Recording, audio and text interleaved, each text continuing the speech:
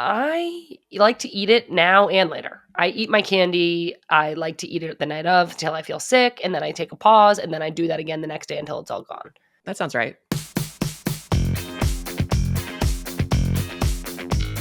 Hi, everybody, and welcome to Good Vibes FC. I'm Sam Mewis, coming to you from the Women's Game Satellite Office in London. And I'm Becky Sauerbrunn, coming to you from Portland, Oregon.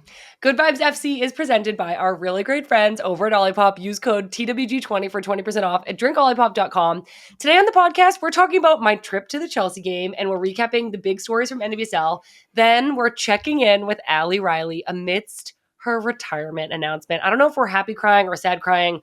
I'm doing both. Then we'll share an email from Ella about walls, Halloween candy, and dog costumes. But first, Becky, your brand new podcast, Teaming Up, just launched. It did just launch. And it was so funny because I came down from upstairs and I could hear Elizabeth Banks in the background. I'm like, oh, Zola's listening to the podcast. So I kind of like snuck to where he was listening to it. And I heard him like giggle a little bit. And it just kind of made my day it just made me smile. Like, yeah. So yeah, I hope everyone likes it. It was such a blast. Elizabeth is so cool. And yeah, I hope everyone is like, oh, she could totally be my friend and is totally part of the soccer community now. Oh my gosh. Well, I definitely feel that way about you. And I definitely felt that way about Elizabeth Banks. I thought the episode was so great. If you haven't watched it yet, you guys, you're really missing out. Go to our YouTube channel, our podcast feed, Teaming Up with Becky Sauerbrunn. It's an incredible new show. Selfish plug now, Mewis Squared, the show with my sister, also launched last Friday. I hope that siblings everywhere just laughed. Just rejoiced. Yeah, they were just like, yeah, that's what it's like to be a sibling. Oh, man. I really feel like I missed out on having a sister, the way that you guys interact. You know, Reba, that's really sweet. Yeah. It is nice having a sister. I'm here visiting her right now. How is it? How is London? It's so great. It's hectic. We have a 5.5-month-old baby. We've got, a lot of bodies in this house, but we're doing it and it's super fun. And like, I love hanging out with Christy. Sam keeps making fun of us because we like do logistics all the time. So like anytime me and Christy get chatting, it's like about a logistic of some sort. And Sam just like doesn't do that. So me and Christy are really riling each other up with a lot of like details and planning. Oh, goodness. Yeah, logistics. Wow. I'm starting to realize like that's a real thing. Okay, well, tell us, please. I think we're telling the audience now, but this is probably the last time we're going to be with you for a while. What can you share with us about what you have coming up? Well, I mean, it's all a little uncertain, but literally every time I go in for a baby appointment now, they're kind of like, well, today could be the day. So just make sure you have your bags packed and you might be going to the hospital. And so it could be today, it could be tomorrow, it could be next week. But yeah, your bag's packed. Oh, the bags are packed. I've got snacks for Zola. I've got some blankets. I made like a little checklist. So we're good. You have snacks for Zola. That was the first thing you said. Well, everyone I've talked to, they've been like, make sure the partner has snacks because. Oh my God. Yeah, because as like the person that's delivering, like you get the hospital food, but I guess the partners don't. Oh. And so, yeah, make sure you pack snackies for them so that they can also, be satiated and ready to go because it's going to be hard for them too. Oh my God, you're so right, Becky. I'm so sorry I laughed at that. That was just so unmotherly of me. No, honestly, I have learned so much and I'm like, is that common sense or is that just gate kept knowledge? Like I have learned so much. So the fact that you didn't know makes me feel better because I really didn't know.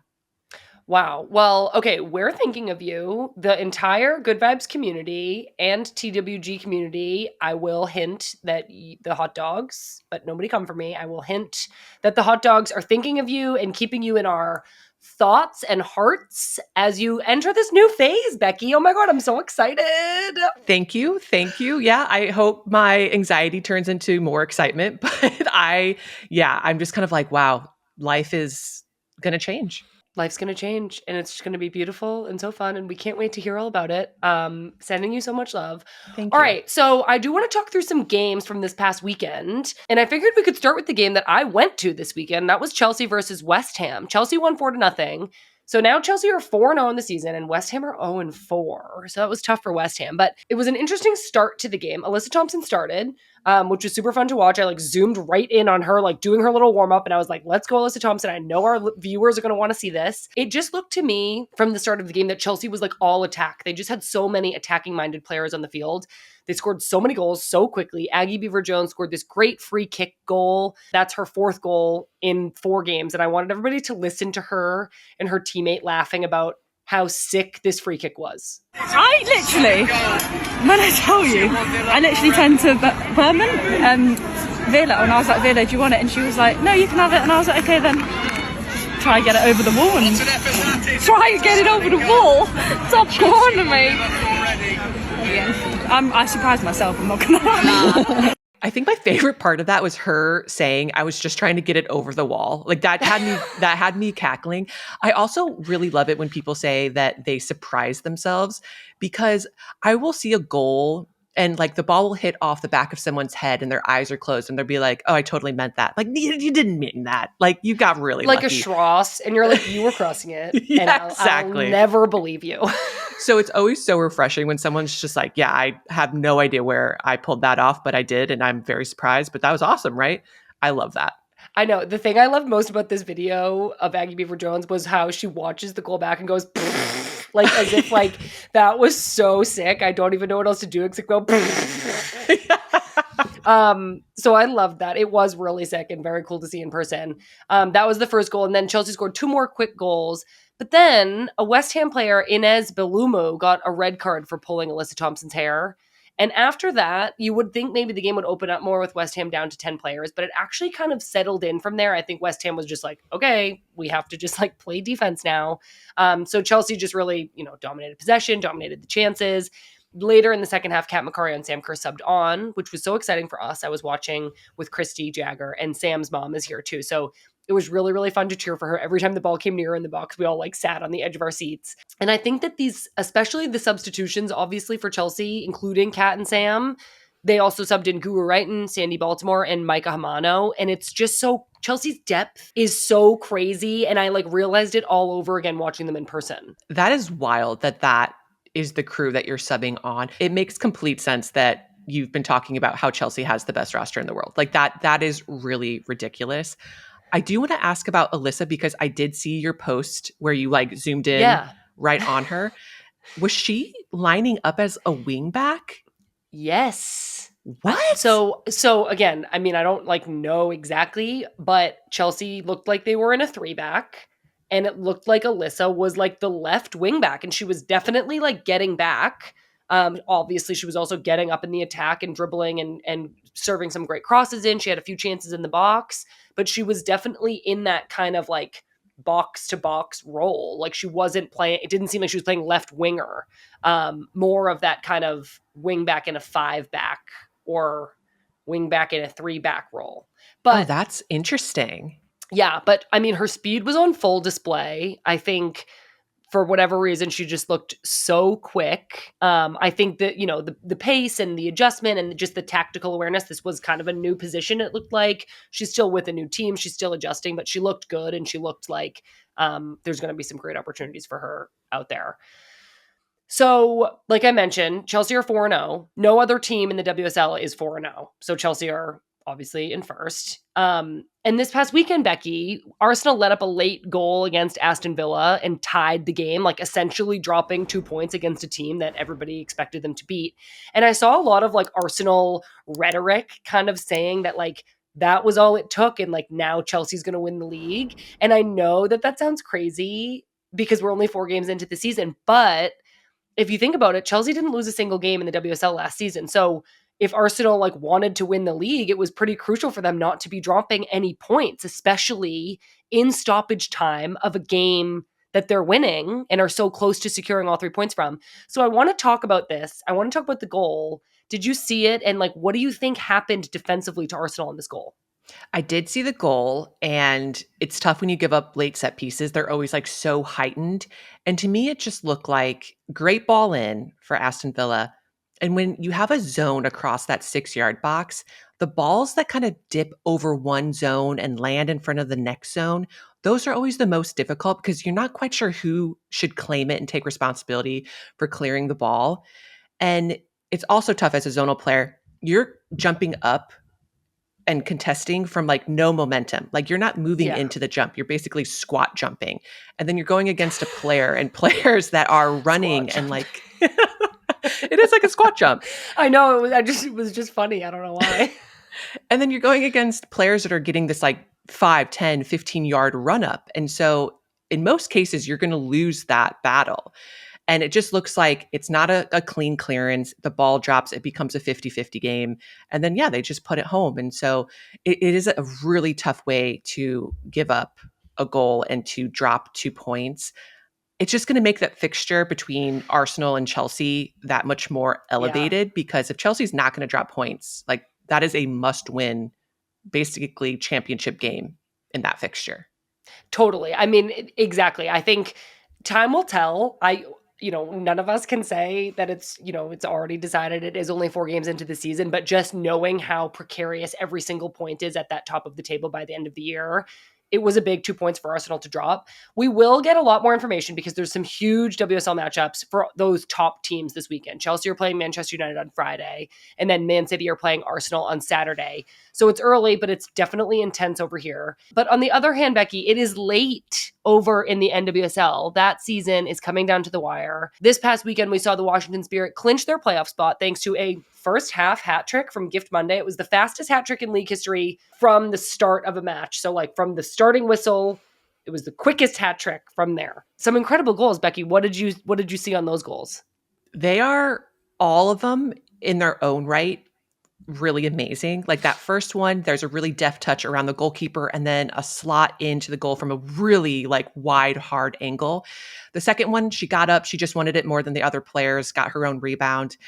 But my favorite was that third one. I think the ball to Trinity Rodman, that first time cross, the way that Gift Monday, you can tell she almost like stutters to set up her foot in a way that she could deflect it in. It was like such a goal scorer's goal. And it just like she does this, for fun. Like, of course I score goals like this. This is easy for me. It was just really a technical finishing prowess masterpiece in that game. That was awesome to see, fun to watch. And like if the hat trick and the record of time wasn't enough for the Spirit, then Sofia Cantore topped off Washington's good day with a back heel goal that was like also so sick. So the Spirit had this hat trick, a back heel goal. Trinity Rodman got 2 assists. Croy Bethune is looking so dangerous. And it just feels safe to say that the Spirit are like on this rise heading right into playoffs. Yeah, perfect timing to be entering the playoffs. And like you said, you had the current winning the Shield and then the Spirit winning the championship. And I think that gut check is taking shape. I mean, of all the teams right now, I really do think that the Spirit would give the current the best game. Wow. Becky said that. Well, I'm just reiterating what you said. We already said that you're a genius. I know. Well, what more do you need, Sam? I just need constant validation, and you know it. The Spirit are looking great. Gotham are also finding their form at the perfect time. They're undefeated in their last 6 league games. Plus, Jayden Shaw has joined the team seamlessly. She notched an assist in their 3-0 win over Portland. Midge scored her first goal back this season, and Rose is literally on fire. This was Rose's second game in a row with a goal, and she had a back heel assist to Katie Stengel that was like, it's like when you watch a highlight reel of Rose, it's like someday this one will be on that highlight reel. You know what I mean? It was so Rose. It was so Rose. And I despise back heels. Like, I just don't like them. I know. I'm such a killjoy. But honestly, like as a defender, you know that they're coming and you just still don't know how to predict where they're going to go. This game in particular, this was really tough for me to watch just as a, recently retired Thorns player. Gotham just looked like they were on a roll in the attack. The goal that Rose scored, that Jayden Shaw touch that put Rose in, Rose's finish, like clearly their attack is like coming along. But what impressed me more was their defensive pressure. Like the Thorns could not get out of their own half in any sort of methodical, in control way. And I think that was really reflected in the XG because I think at halftime, the Thorns maybe only had like a 0.02 XG, which is, pretty low for the Thorns. 0.02? Like a 2/100ths of a expected goal? Yeah, because I think the one shot that we had on target was from Dana, who shot it from about 45 out. that would have been a spectacular goal. Like, good on her for taking it. But it wasn't like a strong XG goal because it wasn't expected. Yeah, exactly. Okay, very interesting. I am like a little bit stressed that like 0.02 100ths of a goal, it could be expected, but that's like no shade on Portland. Gotham did have great pressure and had a great game. Gotham, like credit to Gotham for sure. Yeah, it's just like a decimal that like I just like wasn't even aware could describe that. But anyways, moving on. I want to stick in the win column. It's a very positive week. Orlando got a big win over San Diego, which they really needed. Lisbeth Ovalle scored her first goal for the Pride. Plus, there was a game winner from Carson Pickett. There were also some really great defensive plays. Becky, I'm bringing this up for you, especially from Anna Morehouse, who had 5 saves. Then Kansas City won 4-1 against Chicago, who sadly are now eliminated from the playoffs. In this game, though, Tem Washawinga got a big goal, which puts her 1 goal ahead of Esther in the Golden Boot race. Tem was at 14 and Esther's at 13. And then Lola Bonta also scored a penalty kick goal for Kansas City, and that ties her with the all-time career penalty kick record at 14. She's tied with Pino. I feel like she's going to break it. Lo is so ice cold at penalty kicks. It's crazy. And Kansas City just really can't seem to be like slowed down at all. Like they just didn't even adjust or take their foot off the gas, and they're just cruising. Yeah, I had plans to kind of like switch between the Portland game and the current game because they were on at the same time on Friday. But I was watching the Thorns, and then I just saw on the ticker, hey, Dabinia just scored a goal in the 7th minute. And I was like, all right, I guess I don't really need to be switching back and forth today. Yeah, it's like not really that much of a mystery what's going to happen. The Current are looking really, really good. No surprise there. Another team that can't be slowed down, Becky. This one is a little bit more of a surprise, but it's Utah. Utah won again. They won 2-0 against Bay. They've only lost 1 game since the summer break, and it was against Kansas City, so it like kind of doesn't count. I am not one to count anybody out of the playoffs early, but I will admit that Utah's playoff chances seem slim, even though they're in such great form. And so, in honor of Utah's probable but not definite heartbreaking exclusion from playoffs, I know it's not decided for sure yet. I wanted to honor them with our Olipop gut check of the week. You're literally drinking Olipops for 2 today, Becky. Again, because I'm in London. Our Olipop gut check of the week is, which team will it break your heart the most to not see make playoffs? I will be sad about Utah because they are in such a great run of form, and you would love to see kind of the improbable happen. And wouldn't that be such a cool story to like have them like eke into the playoff race, kind of like Jersey that one year that they wound up winning and they just like make a run. Like that would just be such a fun story. And then I will say that it does hurt my heart a little bit about Angel City because I just want to see the teams that have so much investment and excitement around them do well. I couldn't agree more with that. I feel like I've been saying that all year, that it would be awesome for everybody if Angel City just made the playoffs and had more success. But I have to agree with you that it really hurts my heart because as such like a fan of the underdog and like a Cinderella story and like Rocky and like the Western New York Flash in 2016, I just want Utah to make playoffs and like go for it. And like, it would just be so fun. It would make the NWSL the NWSL. It would just be like, you never know. Utah's in form right now. I feel like they're close to being out mathematically, and I know that. I know it's not over yet, but it would just be so awesome and so cool to see them do it. It would. It'd be very, very cool. It would be so rocky of them. All right, that was our Olipop gut check of the week. Let us know if you can bear to in the comments. Who's breaking your heart? Who do you think is not going to make it over that line? How sad are you on a scale of 1 to 10? We need to take a quick break, but we've got Allie Riley when we get back, so don't go anywhere.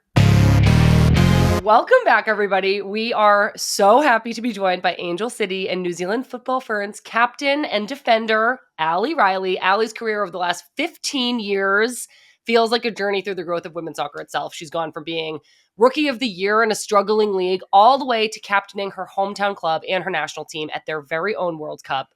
The growth of the game alongside her is no accident. It's players like Allie who've brought fans in and inspired the next generation. Allie Riley, thank you for joining us here on Good Vibes. I'm ready for the good vibes, guys. Thanks for having me. Literally decked out in all the merch. I don't know if if you're just listening to this on audio, Allie has on her Good Vibes bucket hat and her Good Vibes t-shirt. She's just the most supportive friend ever. Allie, I know something big is being announced right about now, so I think we want to give you some space to share it with us in your own words. I am retiring at the end of the season, and it feels really fitting to have this conversation with you two. You have retired, but also through our conversations, you have been huge sources of support for me. And Becky, we were having a conversation on BFFR when I was kind of pushing through. And Sam, we have had multiple conversations when I kind of thought it was the end and then was kind of getting back. And then again, when I knew it was the end. And I think, yeah, it is, everyone says it must be bittersweet. And I don't feel the bitter part of it. I am sad that I couldn't have played more games for New Zealand and for Angel City, but mostly just because I love representing those two teams and those communities. But coming back from this injury and going through it, losing the house, I think I have so much perspective now on my career, on the growth of the game, what I have been a part of, what I've experienced, and what so many people did before me to even allow me to have the career I did. And I've been really going through the archives and just have amazing memories. And I think looking past this past year and a half, which has been truly hell, helps because it gives me just the most amazing, grateful feeling about my career. And yeah, to spend these last 4, maybe more games with Angel City, 3 of them being at home in front of my parents, it feels right. And I'm excited and I'm happy and just really, really grateful. And I just want to spend this time when I have this platform to say thank you to everybody. I couldn't have done any of this without, again, the women who came before me, all of the fans who really helped grow this game, and my family and the medical professionals who helped me. And yeah, I just want to thank them over and over and over again. So that's why I'm able to be happy and make this decision on my own terms, which I never, ever thought would happen.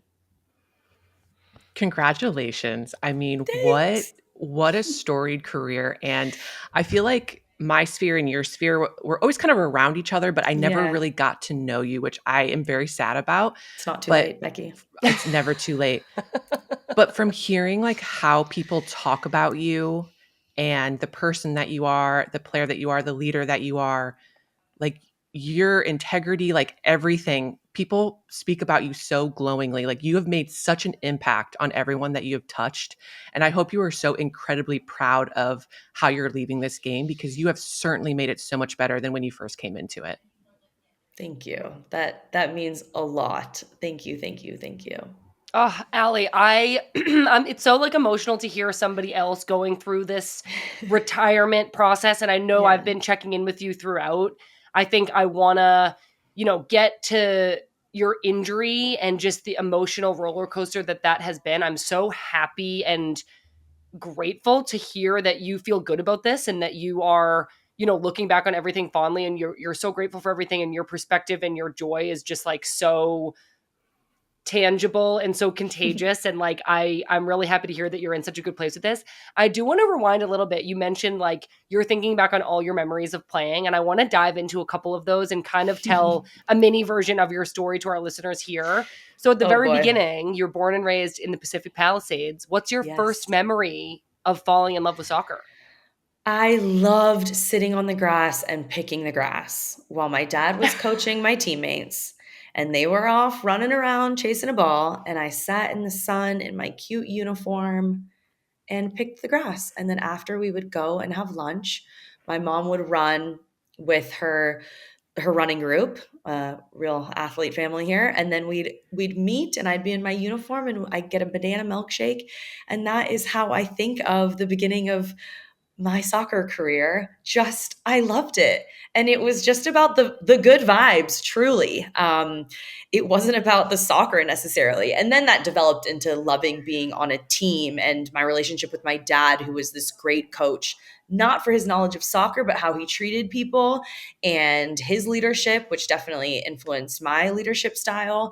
And yeah, just I played AYSO All-Stars until I was like 14, guys. Like I was a late bloomer. And I just loved it. And by the time I started playing clubs, so many of my amazing, talented friends and teammates were burnt out. And so I have this very unique, I think, journey. I know we're going to get to the New Zealand stuff, but it was just about hanging out with people. And that's kind of still how I feel about it, minus, what I put my body through to get this injury and try to win games. But a lot of it that has kept me going has been just about people and the vibes and bringing the vibes so other people can have that same joy that I had at the beginning and middle and end of my career. Speaking of good vibes, I'm going to take it back to WPS when you got drafted 2010 to FC Gold Pride. There's so few of us left that actually played in the WPS. No, I know. For those of you who don't know, it was an earlier iteration of the professional women's football in the US. You won Rookie of the Year. And when you think about that league and how it folded, I mean, there were definitely shenanigans during that league. What are you most proud of when you think about the growth of women's football in the US since then? I am so proud and relieved and confident that what we went through when we got that email saying that the WPS, women's professional soccer in the United States, had ceased operations. 100+ women just jobless. That's not going to happen again. It's not going to happen in this country. I hope and don't think it's going to happen in other countries where these leagues are very established. And so that Gold Pride, winning Rookie of the Year, having this amazing team, that club folding, going to Western New York, again, great team. A lot of us just went over to Buffalo from the Bay Area. And again, winning the championship, like being on such a high and really, I guess, naively believing that people got it now, that there was investment and engagement and then obviously the shenanigans and some really evil people inevitably made it so the league had to fold. But that's not going to happen. We were tried and tested in 2021. And we came together as players. The collective voice has never been stronger, and we will never be silenced again. So those things, the protections for players, all of us continuing in this sport to make sure that it doesn't happen again, I think is, I don't know, maybe what we were supposed to do and the role we were supposed to have. And we're taking that responsibility very seriously so that these next players just hopefully don't have the same worries and struggles and challenges. Of course, as an athlete, you have your own individual challenges, but it shouldn't be coming from a club or a league or a coach abusing you. So I really think that the game is entirely different. And I'm proud that the three of us were part of that. It's incredible to hear you talk about it, Allie. It was such a different time in 2010, and women's professional soccer in the US has been through so many iterations, but also like so many like traumatic moments. I feel so many amazing, incredible moments as well. And hearing you talk about, I mean, my gosh, we could spend hours talking about your reaction and where you were when this happened and that happened. So many of these things, have such incredible stories with them. I feel like what everybody always says about you when we talk about you is just what a wonderful person you are and what a great relationship they have with you. And I feel like that's actually where I want to focus some of our time. I know that you played abroad for huge clubs like Chelsea, Bayern Munich. You spent a lot of time in Sweden playing for Rosengard. That's where you met your now husband. So I think what I want to hear about is all the places you've been, all the places soccer has taken you, and all the relationships you've formed thanks to your soccer playing and your soccer career. It really is hard to even put words to just all the experiences I have been able to have through soccer, playing for New Zealand, some of the countries and fields and cities that I've been to, and the cultures I've been able to experience firsthand, playing overseas, which came out of a really horrible thing happening. And making a home for myself in Sweden and learning Swedish. And yeah, I guess I approached everything with, I don't know how long this is going to last. And I know that's not something I want anyone now to be feeling as they go to training every day. But I think it really shaped me into the type of teammate and leader and person I would be every time I went to a new club. Every day I went into that locker room, I just wanted myself to have give myself the best chance to have a good experience. So that's learning a language and trying to adapt to a culture, having a very open mind, making friends, being a good teammate, and then using what I had learned from growing up in LA, from being captain at Stanford and playing for the national team to help serve my teammates and make people feel valued and appreciate the staff who work to make every club I was at a positive place for people. And at Chelsea, I think being injured, that was the first time I had this like blip in this otherwise super linear career, and having to think about who I am in that moment. And I can still be a good teammate if I'm injured, if I don't start, if I don't get in a game, if I don't make the squad. Who am I? And through that, I think it helped make connections, because players, when you're a good teammate and you really get to know people, I think it can just help you thrive and open so many doors and just really change your life. And these are people that I still have such good relationships with, who came to my wedding. Anita Santi was our celebrant, and Aaron Cuthbert was here a couple of years ago celebrating my mom's birthday at our house in the Palisades. And now having Alyssa be at Chelsea and going through some of the same experiences I did, I just value everyone and everything so much. And I don't just keep it in my head. I tell people that. I talk about it. And I think that's one thing I'm really proud of, is that I didn't leave things left unsaid. If we needed to fight for something, if I needed to advocate, I did it. If I wanted to help a teammate and give some feedback and training, I said it. If someone did something amazing, that I gave them credit for it. And so I just think that helped me gain people's trust and build actual relationships that weren't based on like, oh, we both don't start, or like, we lost, or we won this together. It is about real relationships. And again, it's all about the people. And so, I think just having been in Germany and in England and Sweden, and then even Orlando, every time I get to see these old teammates and staff members now at Angel City, just the biggest hugs and catching up, and Seb seeing his growth and how well he's doing with Orlando. I feel so lucky to feel not only my own joy for my own career, but I truly feel so much joy seeing the people around me flourish, and also being someone that if they are going through a hard time can also reach out to. So it really, they're the places that I've been able to go, and these memories. And of course, I documented everything, and being in New Caledonia, being in Russia, playing Champions League in Kazakhstan. Like, this is amazing that I am able to do these things. But it's nothing without the people who lived it with you.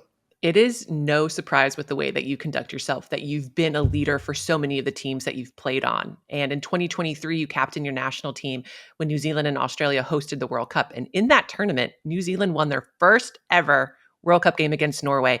What did that tournament and that win mean to you and to your career? It is the best night of my life. It is absolutely the highlight, the high point, the pinnacle of my career.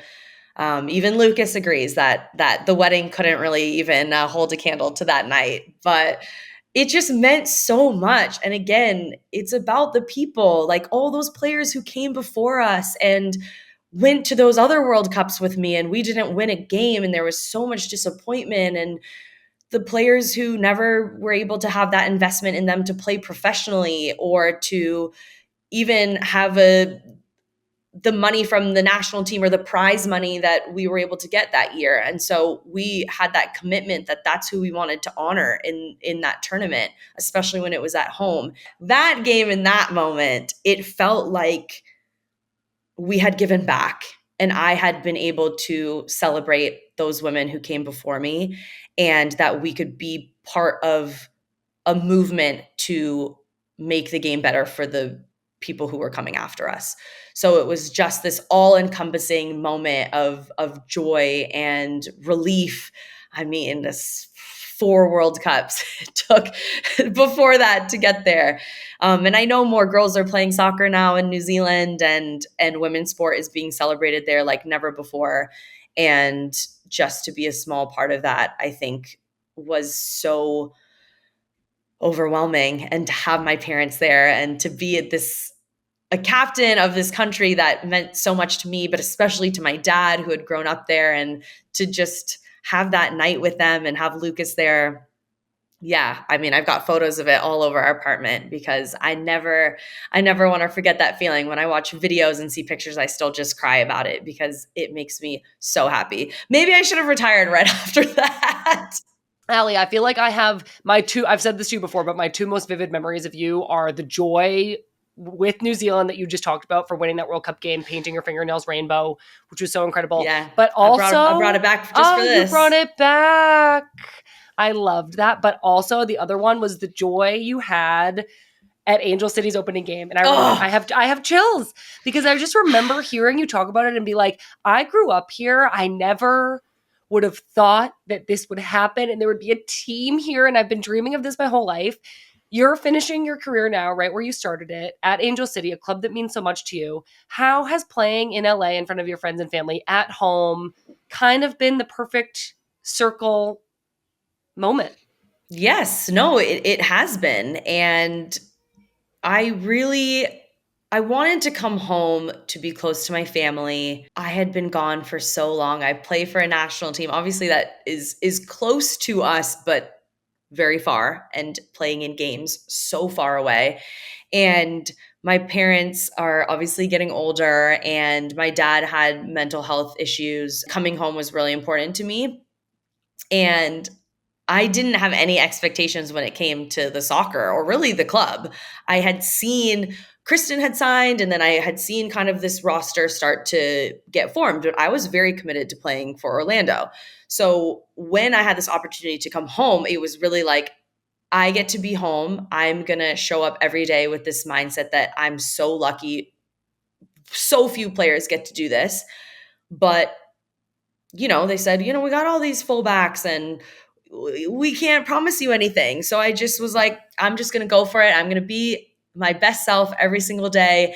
And so for that to result in then what that game was, and really experiencing what the club was, and that game, that full circle moment after seeing the 99 World Cup final in Los Angeles, to then having some of those players from that team invested in Angel City to win the game, to cry with fans who were so happy to feel represented and welcome and included by a club and by a team, to see players that looked like them. I was beside myself, and I couldn't believe that I was able to live this. It was beyond anything I could ever dream as a young girl. It was beyond anything I could ever dream as a college player. It was beyond anything I could ever dream when the LA Soul folded, when FC Gold Pride folded, and when the WPS folded.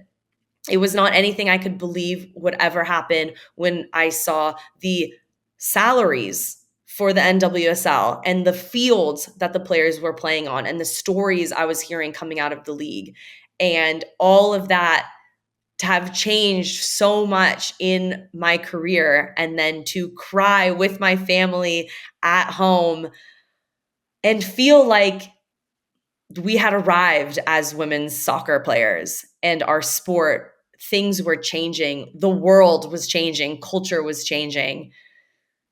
Yeah, I think it was special for a lot of people, and to be one of the players who actually got to kick a ball in that moment just made me feel so lucky. And that is very close to the news, only because it took me like 12 years to get there with New Zealand, and have this kind of global moment. But it's really hard I'm lucky I don't have to compare the two. And I'm lucky that I got both.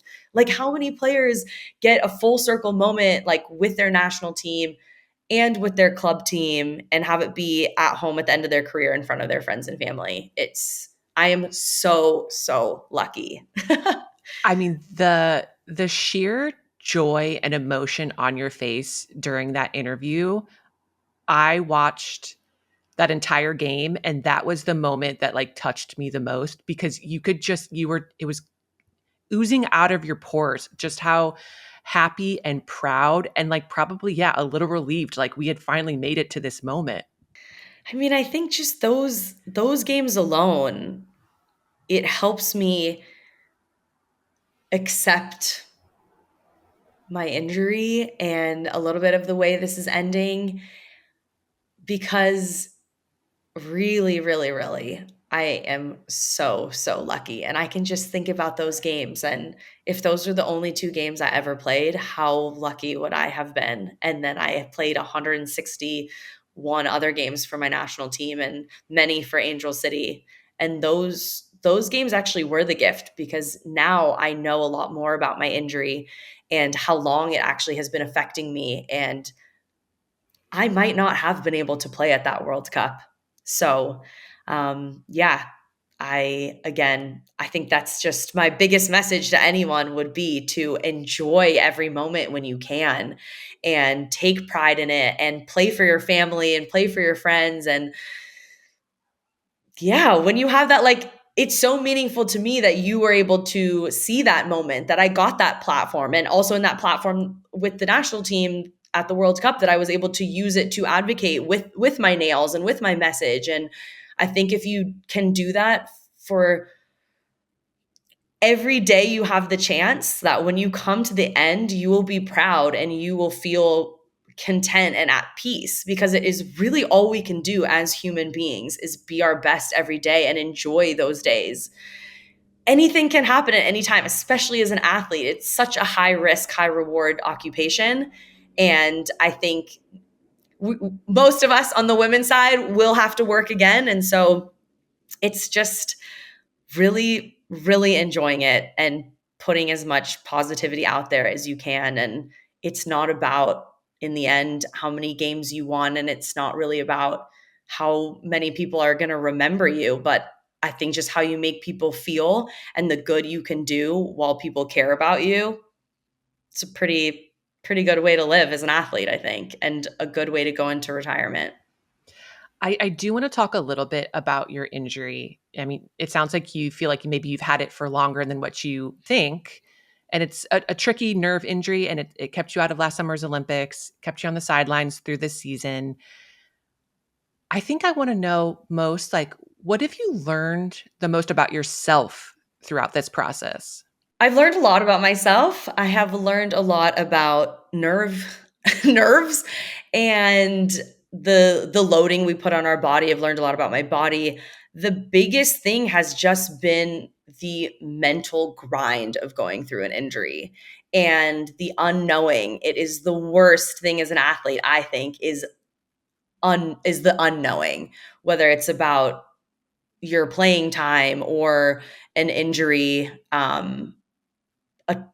changing clubs, a new coach. That always gives us just this feeling in the pit of our stomach, because we are used to plans and programs and having clarity on a lot of our days, having a routine. And so I realized that taking care of myself as a person is the most important thing, the only thing that you can and should do. As much as being an athlete is important and soccer is important to me, I only do that for a certain number of hours of the day. And then I have the rest of the day where I am still me and I'm still a person. And then when I end my career, I have hopefully 70 years left of life to be me. And that, when I started to lose myself, that was when I knew I had to change something and I had to take a little break. I had to reset. I had to ask more questions about my injury. I had really good support and people who were willing to then find those answers for me. But 7 months with no progress in my injury, I really started to lose myself. And while I could come into training and approach my rehab as Allie and be fierce and determined and stubborn and encourage my teammates and be a leader, then I would come home and basically be nothing. And I didn't even recognize that person that I was when I left the training facility and the person I was on a day off. And nobody should live like that. And even soccer is not worth that. And so I I think asking for help, because it was a psychologist who helped me realize that I was losing myself. So asking for help is the biggest thing that I learned. And then listening to the advice is a little bit hard, but yeah, you have to think about yourself as a human, as a person, and your life as something much more holistic than what you do on a field or on a court or in a gym. Allie, I feel like hearing you talk about this brings me back to how hard it was for me to accept that my injury was going to prevent me from playing.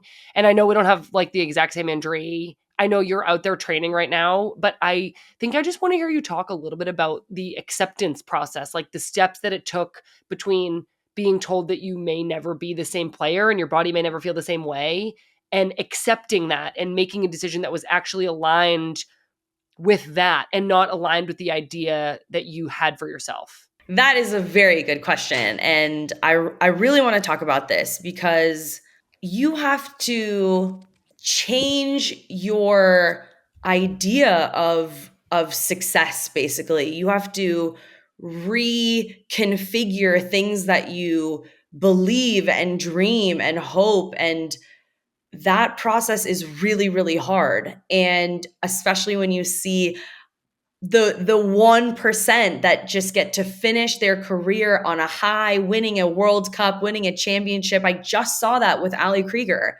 And I'm thinking, I want to have that. I deserve that. Why can't I have that? And I think, again, working with professionals, I had to change my goals and also my definition of success and who I wanted to be at the end of my career. And so my goals became not to play again, because it couldn't necessarily be. It was, how can I be the best teammate? How can I impart my knowledge onto my teammates? How can I help make this club successful? Who do I want to be in this rehab? Am I going to be positive and set small goals for myself? Or am I going to be really sad that I'm not on the field already? And then even now, getting back to the field, it's like, I want to get in a game. I want to finish this. I want to walk off the field and know that it's my last game. And I don't have that. Like, my goals now are to take care of my body and recover. And that's all I can do. And then what's going to happen is going to happen. I could sprain my ankle tomorrow and not play for the rest of the season. That's the reality. But do my best to recover, take care of my body, activate, be professional. And then in training, perform to the best of my ability, encourage my teammates, hype them up, empower them, be the best, player for the opposition that has to help them. I'm pressing them so we can work on the Angel City build out. And I'm going to be the best version of Kansas City now, because we have them next, that I can be to prepare my team and have integrity, so that when I do go into this next part of my life, that people want to work with me and they trust me and respect me. And those are my goals. And those are goals that I think are achievable. And if they're not, I know that I did everything I could. And that's really all we can do. And so it doesn't necessarily mean that I won't be disappointed if I never get to step on the field as a player again. But I will have peace knowing that I gave everything that I could to achieve that. And it's been hard to shift that mindset. It's been hard to accept that my goals are a little bit different, but I know that's all I can do. And I know that being myself every day that's all I have. My integrity is all I have. And helping Angel City be successful as a player in my last month of being an Angel City player is something that I will be proud of no matter what happens in these last 4, maybe more games. People always want to have that Cinderella ending. And I think really the focus has to be on the journey. Because like you said, like it happens to I don't even think it's the 1%. It's probably like the 0.01% that get that like story tale ending, fairy tale ending like Krieger. And so I kind of want to shift to the league and what do you hope for the future for this league? Where do you want it to be in 5, 10, 15, 20 years? We've been talking so much about the salary cap lately. And I want things to open up a little bit. I want the best players to come here because I think that even though the football, the competition, the salaries are better at some clubs in other leagues, I think what we have here with our Players Association and with the women who have left the game, staying in it as coaches and in media and the commercial opportunities in this country, I don't think can be matched anywhere else. And so I think this is the best place for the best players to come. And I really, really want that. I see the highest potential for players, for fans to be here and for all of us working around the sport. And so short-term goal, we need chartered flights, single occupancy rooms. Those are things that I want to see soon. And I want to see even more support for mothers. I want to see even more support for family planning. We have made huge strides in those areas, but I want the players to playing football, playing soccer is their only responsibility. And if they want to have a side hustle, start a podcast, do social media, post on Instagram, that is a choice. It's not a second job that they have to do. They don't have to be anything more than they already are. And long term, I want to see facilities and stadiums that match the caliber of the player. I just hope that the storytelling around the league and around women's sports and women's soccer becomes as prominent and as consistent and high quality and high quantity as we see in men's sports, or maybe even more, because I think we're more interesting and better at everything. But I want to see that you turn on the TV and you can at any time and you're seeing something about women's sports on a sports channel, just like you turn on any sports channel at any hour of the day and we can find out something about male athletes and men's sports. And I want to see that. And in 15 years, that should be achievable. And hopefully we're the ones talking about it. Hell yeah. I know that with you involved, and I know you'll be involved, the league will continue to improve. And I think this is our last question for you, Allie. I want to know what your hopes are for your future. What can we expect from you now that this chapter is over? Well, I have to start with this because my mom's only question is when will I become a grandmother? And I'm like, I'm not sure, like, do we still do that to people, Mom? I don't know. But because we do have embryos on ice, I feel like it is an acceptable, appropriate question. So we want to try to start a family. We would probably transfer embryos next year. So that is kind of priority. Again, not something that we can control if we'll be successful. But I think that would be really cool to, after everything with the IVF and training and coming back and then now being able to see kind of the end of this very long journey with my body and everything that I've gone through. And then I want to stay in media. All these side hustles, I'm like, wait, this can actually just be my job now. That would be so cool. And there are so many networks out there doing good things and people that I would love to work with. And I do want to continue a relationship with Angel City in some way. The club means so much to me, has given me so much. And there are different ideas floating around out there, but it would be really hard for me to say goodbye completely to this club. And we are going to be here in LA. So I think it would be really cool to continue to be part of the family.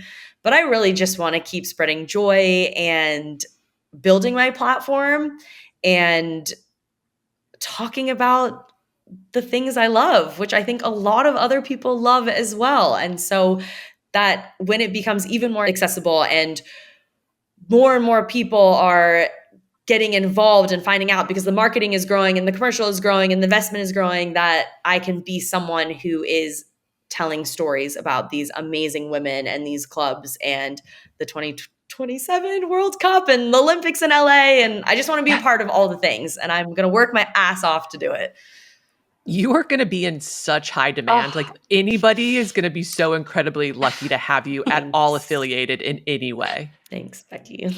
I completely second that. It sounds like there are a lot of things in the works, Allie. I know you're already a great friend of this podcast. I know we have you booked for some things coming soon, so we'll definitely have you on again soon. Becky, do you have anything else for Allie as we wrap up? Just a huge, huge congratulations. Like you are just an example of how to conduct yourself and have an incredible career and to make an impact and just to leave the sport better. Like just you are the personification of a good vibe. Oh, thank you. Well, right back at you. And thank you for being part of this milestone and this huge part of my life. And it's really special to share that with you too. We are Good so vibes. honored to have helped you make this announcement, Allie. You are such a gift to the game, and I know that you'll continue contributing in such a positive way. Women's soccer is so much better off thanks to you. So thank you so much for joining us, and congratulations. Thanks, guys. See you soon. All right, we need to take one more quick break, but we've got an email from Ella when we get back, so don't go anywhere. Welcome back, everybody. Let's head over to the inbox where we have this email from Ella that reads, Dear Sebekin, my name is Ella. Me, my mom, and my puppy Maple love listening to your show, and I have 2 questions for you. I played club soccer until last year, and whenever the other team had a free kick near our box, I would always wait for everyone else to get in position in the wall. I would then awkwardly stand off to the side and hope the ball wouldn't hit me. My question is, does anyone like being in a wall, and do you practice it? My other question is, with Halloween coming up, do you eat all the candy on Halloween night or save some for the rest of the year? Also, Sam, do you have any costumes for Finn or Chester? From Ella, in parentheses, a true hot dog, which is my favorite part of the whole email. A true hot dog.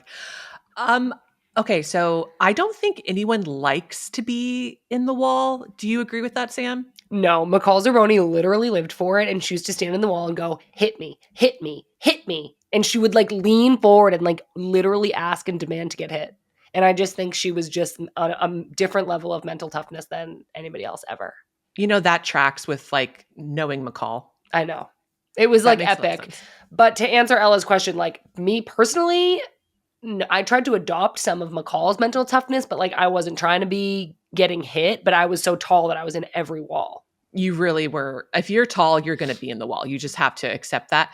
We would train it all the time, but sometimes the staff would be really nice. And instead of like a fully blown up ball, they would either take some air out of it, or it would be a volleyball or a beach ball. So when you got hit, it didn't hurt as bad. But also, like, if you're in the wall, it is a critical thing that you're doing in there. Like, you have to be a part of the wall.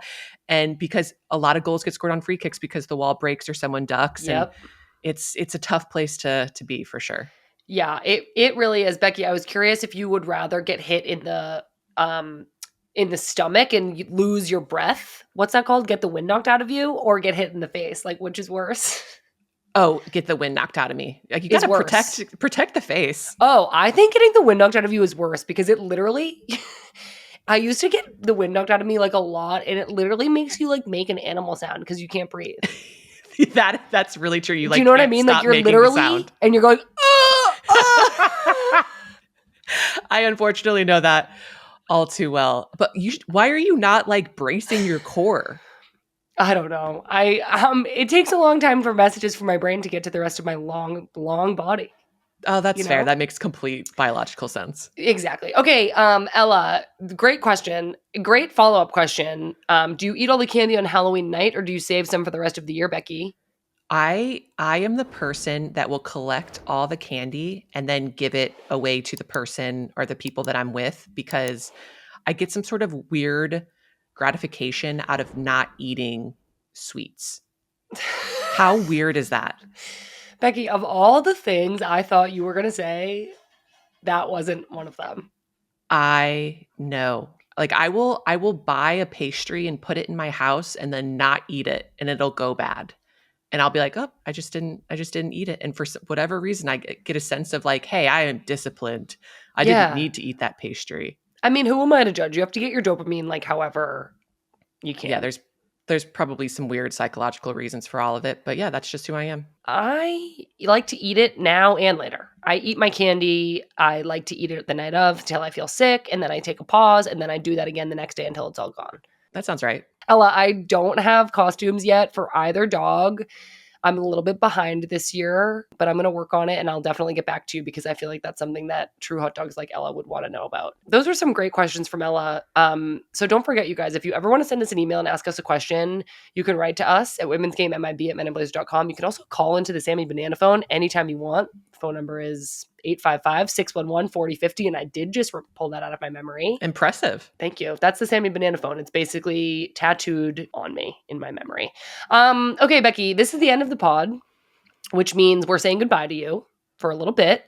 So we want to wish you the best of luck, and I would like to know if you have a good vibe for us. My good vibe is actually like a little bit of a change up. I am asking you and all the women's game community to please send me and Zola and baby boy all the good vibes, all the good energy, the healthy energy, like, because it could be hours, it could be days, but it's coming. And so I would just love all the positive energy sent our way. I'd really appreciate that.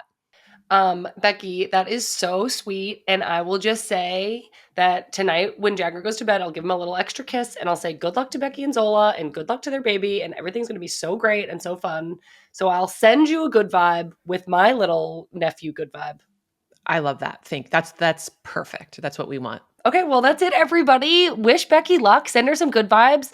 That's it for this week's episode of Good Vibes. So don't forget to check out Teaming Up with Becky Sauerbrunn and Elizabeth Banks, which dropped yesterday. You can also check out our Friendlies interview coming up. That's going to be with Savvy King. It comes out on Thursday. You can come join us on Discord. You can follow along with us across social media. You know all of the things. We really appreciate you all, and thank you all for joining us. And goodbye. I'm Becky Sauerbrunn. I'm Sam Mewis. Love you, hot dogs. Bye-bye. Bye.